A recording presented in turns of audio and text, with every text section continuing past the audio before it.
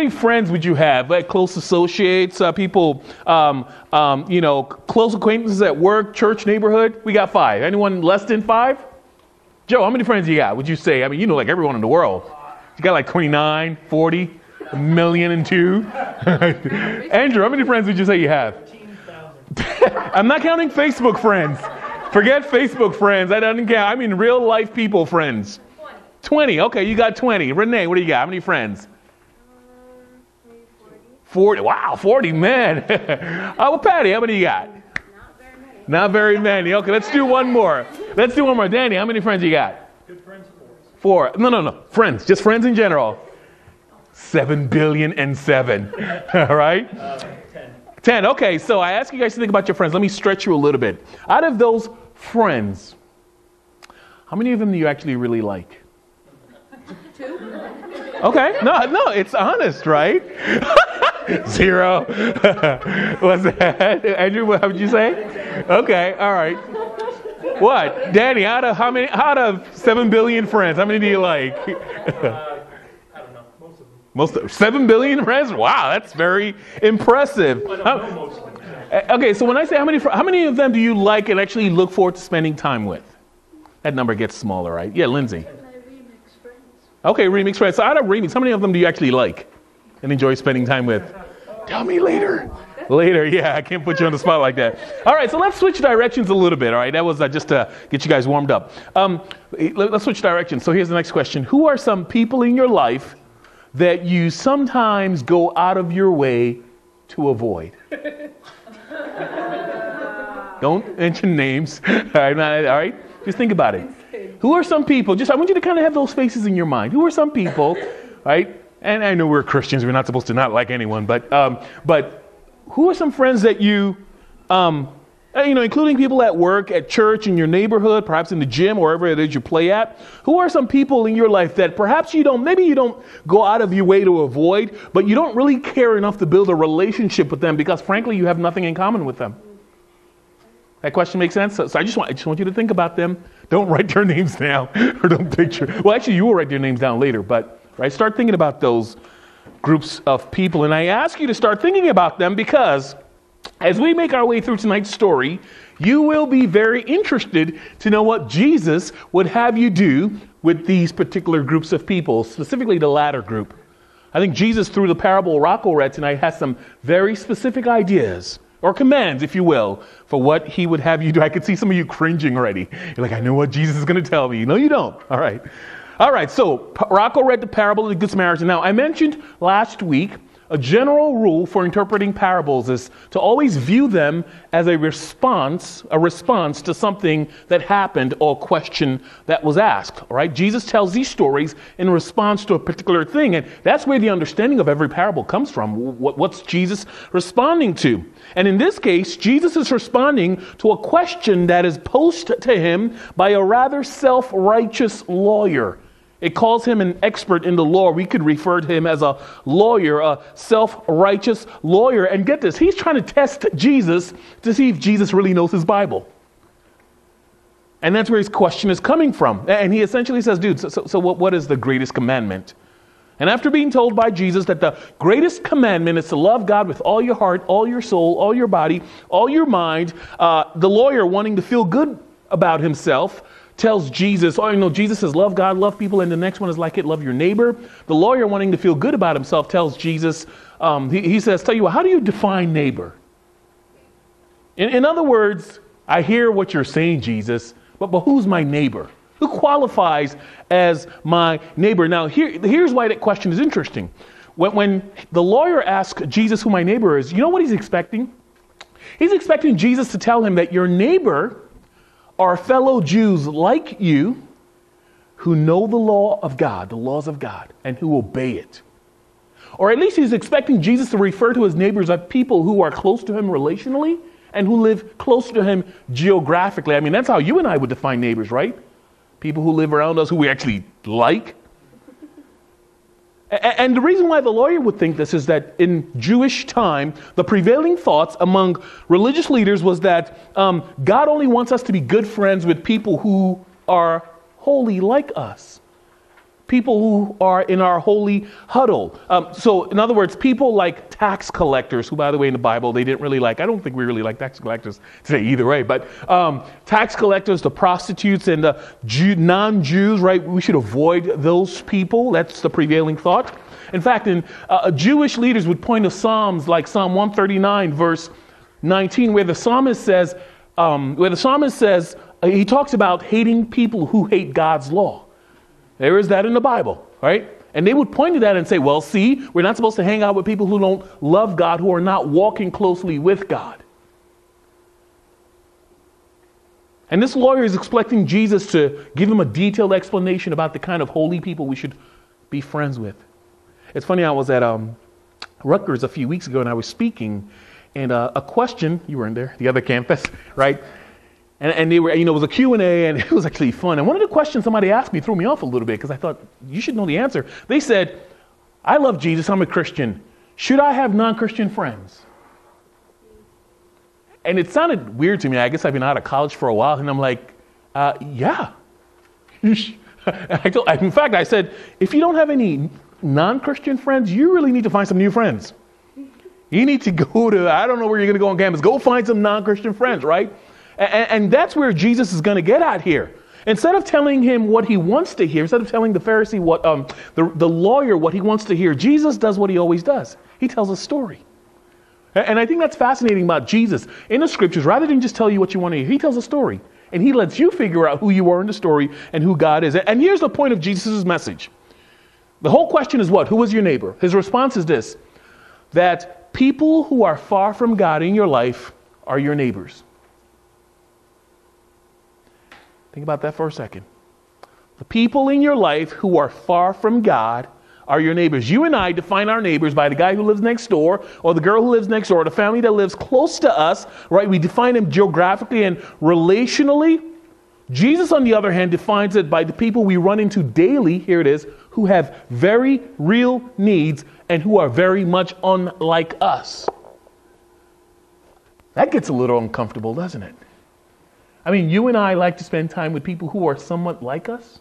We don't always choose to intentionally, but sometimes we spend people who are kind of the same race as we are, same age as we are, have the same likes that we have. And Jesus says, in tonight's message, essentially, Jesus says, expand your circle of friends a little wider. All right, so when I ask you who your close friends were, and you said 3, 4, 7 billion, right? Jesus is saying you could add 7 more, right?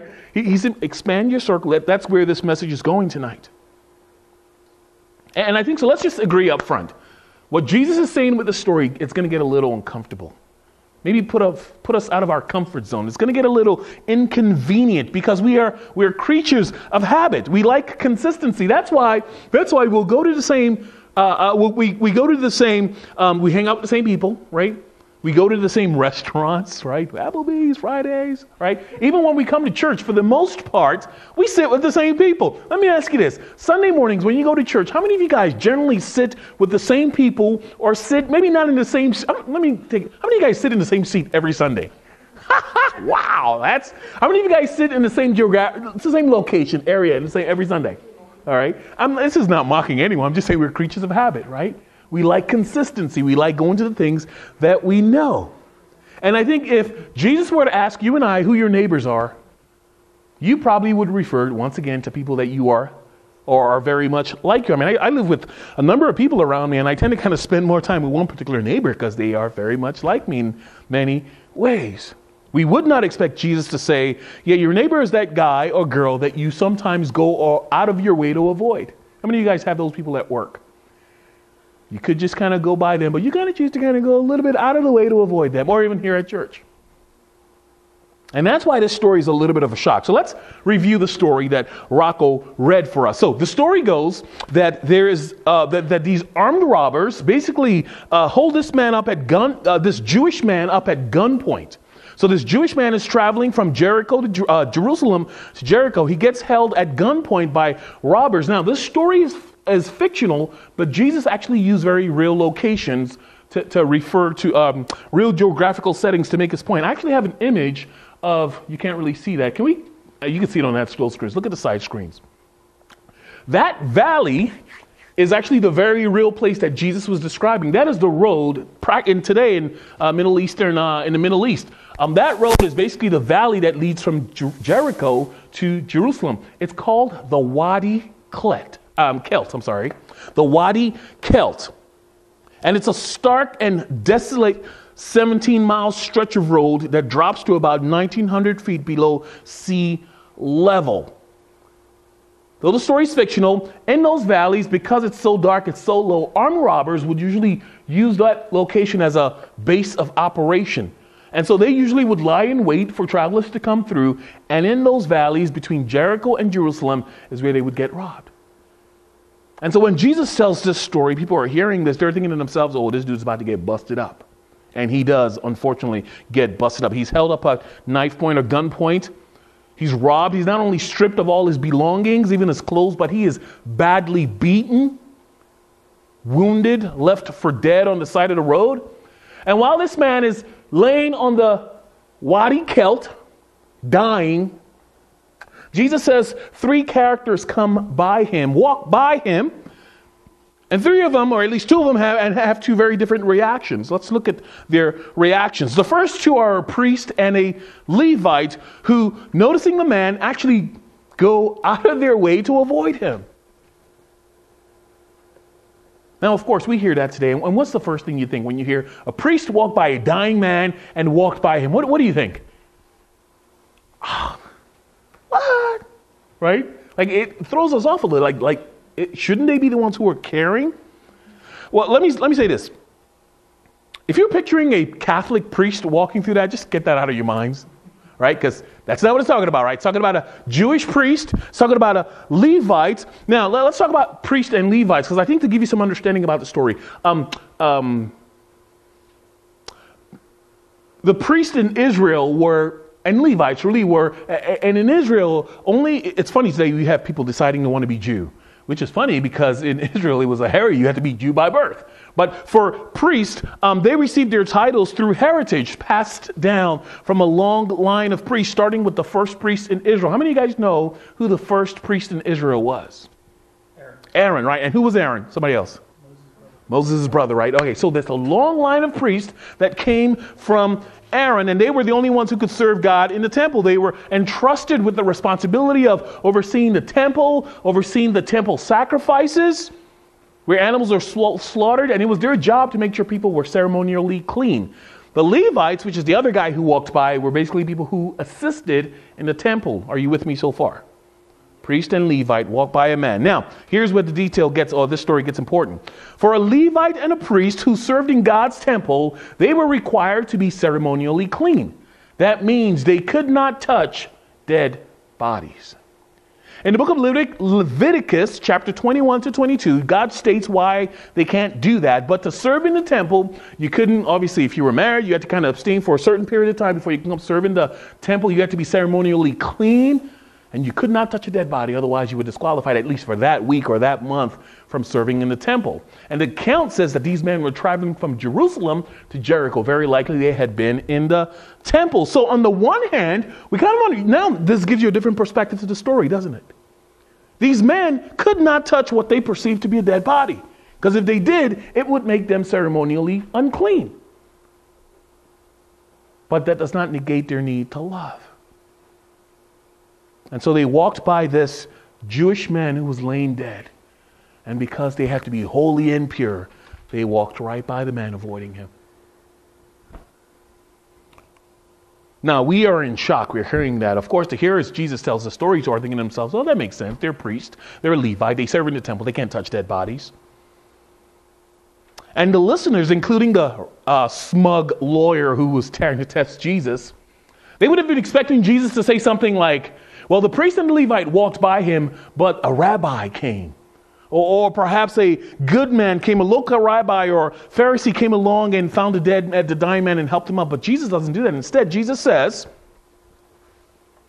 a Samaritan comes out of nowhere and helps this Jewish man. In fact, this Samaritan goes out of his way to take care of the Jewish man. Now, to really understand or to appreciate the tension in this story at this moment, you need to know, and I was thinking about how to best illustrate this. You need to understand that what this Samaritan man did let me put it, Jewish people and Samaritans don't get along. In fact, for a Samaritan to help a Jewish man is tantamount to a U.S. Navy SEAL soldier having tea and biscuits with Osama bin Laden prior to him being shot. Unheard of. Jews and Samaritans don't spend time together. It's just not, they're not, there's a whole lot of historical, ethnic conflict between both groups, but the Jews essentially view the Samaritans as a half-breed. The Jews viewed the Samaritans as spiritually inferior to them. And a lot of that had to do with the fact that the Samaritans essentially took a little bit of every religion and mixed it into one religion. They were syncretic, right? So they took a little bit of Jewish religion and they mixed in a little bit of paganism and they mixed in a little bit of that culture, and then they decided to put their own worship together. And it was this mixture, and so the Jews looked at them and said, you're a half-breed, you're not the real deal. And to hang out with you or to be with you is detestable. In fact, some historians show that when Jews wanted to travel, they would actually go out of their way to avoid the town of Samaria because they didn't want to be stained spiritually by them. And so there's great animosity between both groups. So here comes Jesus telling a story about a man who was wounded, a Jewish man. And Jesus tells a story about how his fellow Jews, a Levite and a priest, ignored him. And the hero of the story is who? A Samaritan. The very guy that Jewish people hate. So put yourself back in that story and imagine what would have happened when Jesus said, a Samaritan came by. The crowd would have gone, oh, you would have heard a gasp there. That's not supposed to be. That doesn't add up. However, Jesus says the Samaritan guy is the one that we are supposed to emulate, isn't he? We're supposed to be like the Samaritan guy. He not only does what the Levite and the priest should have done, but he goes above and beyond in serving the hurting man. What's he do? He finds him on the side of the road. I love this. Think about this balance. He sees the man and he has pity on him. Now, had he had pity on him and he walked by, that would have been ridiculous, right? I mean, we all have pity. How many times have you seen a commercial on TV about kids in some nation and we feel sorry for them, and what do we do next? Grab some Doritos and change the channel. And not because we don't feel sorry for them. In fact, we feel sorry for them. Sometimes it doesn't translate to action. But in this case, the account says this: Samaritan felt sympathy for the Jewish man. And then he did what? He bandaged him up. He gave him some painkillers. You remember that part about him pouring oil and wine on it? I know it sounds weird. You're like, why are you pouring oil and wine on his wound? Well, that's some therapeutic. Basically, it's a painkiller. He checked him into a hospital, paid his hospital bills, and says, if there's any more, I'll come back to pay it. And they had nothing in common. It's quite a story, isn't it? And then Jesus ends by putting its practical application in the hands of his hearers. And so here's another key to interpreting parables. You got to discern when to stop interpreting and start applying. At some point, you need to put yourself in the story. Jesus turns to the expert in the law and he says to him, out of the three men who walked by the dying Jewish man, he says to them, which one of those three people was a true neighbor to the hurting man? Who would you guess was a true neighbor? Right? It's a given. The Samaritan man, right? The one who actually did help him. And Jesus says, go and do likewise. And that's essentially the story. That's what Jesus is getting at. So here's a part in the story in tonight's message where we need to stop interpreting and we need to start applying. On the back of your sheet of paper, I've asked you a number of questions and I want you to think through them. And here's the question I think we should answer. What does Jesus want you to do with this story tonight? If you ever read a parable and you read it as a great story and turn the page and never do anything about it, you've missed the complete point. You've missed the whole point. There needs to be some practical action that follows through in your life. And so for tonight, let me ask you the first series of questions, right? Because it's not, think about the Levite and the Samaritans. The Levites know a lot about God, but it didn't result in practical action. Some of you in here tonight know a lot about God. You practically grew up in church. You can probably quote Bible passages that I can't quote or that other Christians can't quote. But the question is, does your life reflect as much as you know? That's a really good question. And you know what's crazy about that? That's a question Jesus Christ is going to ask you someday. I don't even mean to guilt anyone about this. But you will be held accountable for what you did know and probably should have known. But in light of what you do know, right? Because there's some sin that comes about in our lives due to ignorance. There's certain things we do and we didn't realize it was sin. I think God's grace covers also. I think God's grace covers all our sins. But there's certain things that you've learned in God's word. Have you applied it? So the first question is this. Who are some people in your life who you go out of your way to avoid? Think about those names. Maybe list them out. It's not an easy thing. It's not an easy thing. Who are some people who you go out of your way to avoid? Or people you very intentionally have very short conversations with. You ever do that? Chatting with someone and you're like trying to get to the end of it because you don't really want to chat with them. They're not really your type of people. Who are those people that you interact with on some sort of regular basis?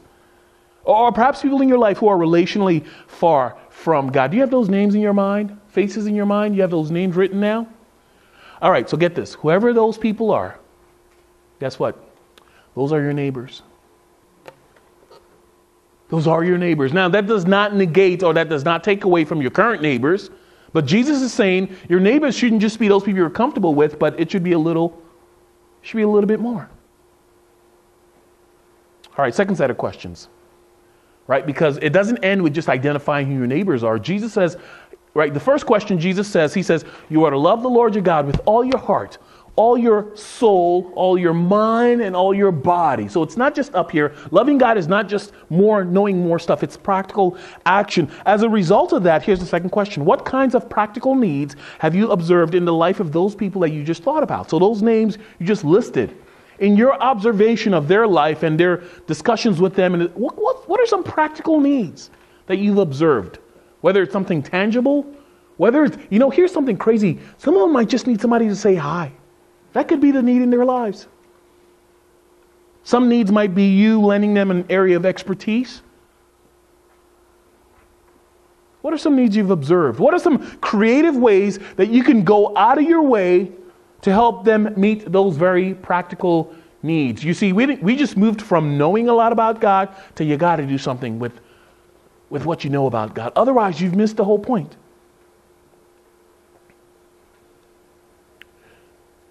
Now, let me assume that some of the names you've written down,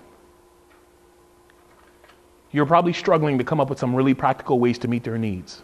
So here's the next question. And that's why you need your sheet. What are some creative ways that you can approach them to start a friendship where you can love them and care for them as you would yourself, thereby finding out what some practical needs are in their lives? The question is there. I know it sounds like a long-winded question. Right? So first of all, who are they? Perhaps you're identifying them. What are some practical needs you can meet in their lives? Because, right, the end goal is not just to help them do something. You want them to see Christ in you. But then you might know them and think, I don't really know what their needs are. So the next question then is, how can you creatively approach them? Right? Because just going up to them saying, hey, I'm a Christian, Jesus says loves you, I want to love you, so let's do this. That ain't going to work. And I don't think anyone would actually try that, right? Maybe wrong. All right. So what are some creative ways, right? Invite him to lunch. Perhaps get a couple of people together. Go out and invite them to be a part of that. See, this story is about, I would propose, it's about populating heaven. Right? And I've always said this, and it always comes across like it's a guilt trip. It's not, but it's the fact that sometimes you might be the only physical representation of God that they will ever interact with. Sometimes you might be right? I've known people who grew up in just, I don't know how else to say this, but dark families. And I don't mean like dark as an evil Darth Vader kind of dark. I mean just, there's some emotional abuse there. I mean, there's some emotional junk with some people, and they come from that background. And sometimes what you perceive as them being standoff-ish could just be their way of them protecting themselves from being hurt further. And so you, in your loving invitation of them to be a part of what you're doing, you very well could be the only tangible way that they will ever experience God's love. Hence why I challenge you to think creatively as to how you could engage them. What could you invite them to? What could you provide for them? How could you approach them in a creative manner so that they would see Christ in you? So get this. Jesus says the most important thing, the greatest thing you could do with your life is what? love God, right? But right on the heels of that is to love the people around you who are far from God. Let me ask you, have you guys ever met anyone or met someone who knows a lot about God? How many of you guys know some people who really know a lot about God?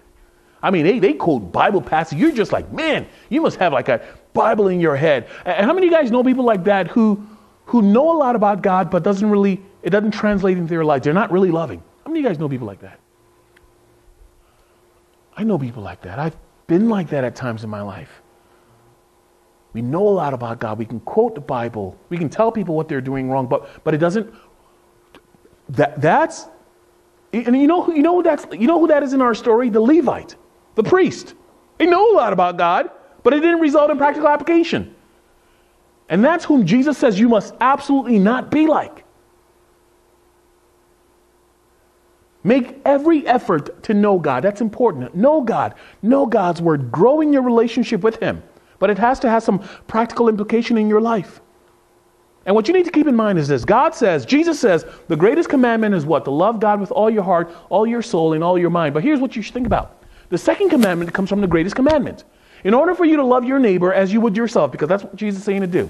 In order for you to love your neighbor as you would yourself, you got to love God with all your heart, all your soul, all your mind. You cannot love the people in your life if you don't love God first. One comes out of the other.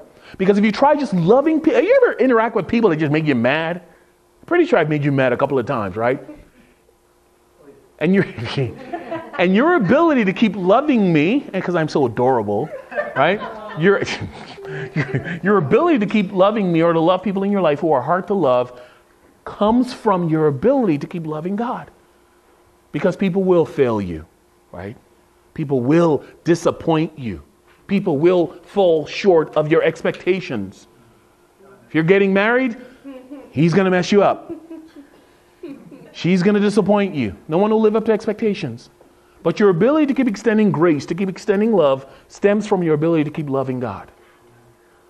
Your ability to love your neighbor comes from you loving God. So, the questions I gave to you guys, please take them. Think about them. Process them. But most of all, put them into practice this week. Cool?